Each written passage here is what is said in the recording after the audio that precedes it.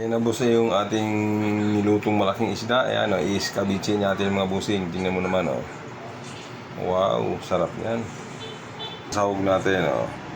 May luya, carrots, sibuyas, tapos siling pula, tapos bawang. Tapos yan o, yung siling pula. Yan o, sibuyas. Tapos mayroon tayong ketchup. Ayan, ano yan?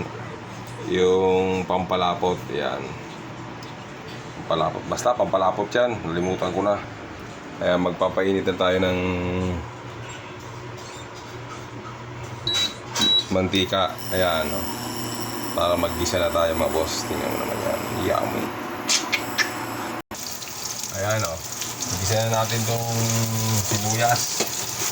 Pagkaluya.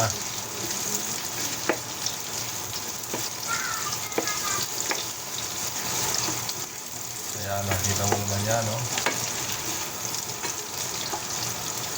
Ang bango. Mapapasarap naman tayo ng kain ito. Pag ganito lagi ang ulam. Ayan, no? Pag sama-samahin na natin yan, ganun din yan. O, carrots.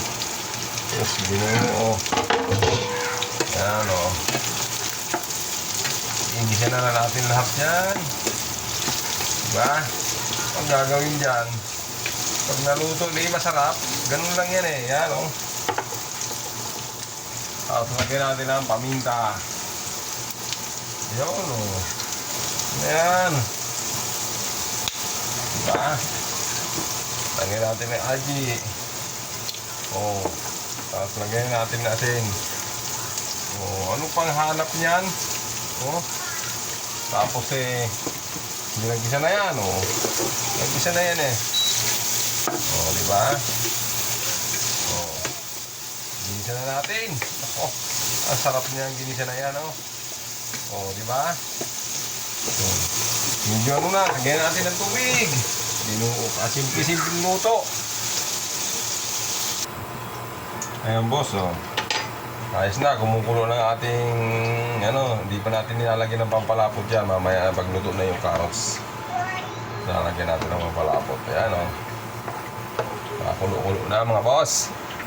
Ayan boss, ilagay na natin ang pampalapot natin. At medyo okay na.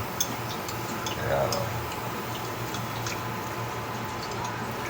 Yun. Ayos o.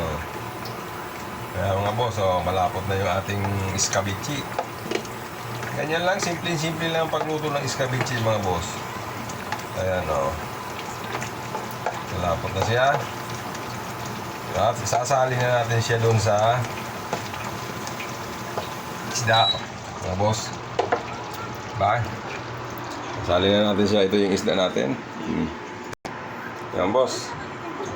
Isasali na natin dito ang ating escabeche. Ayan o. Yan mga boss, o.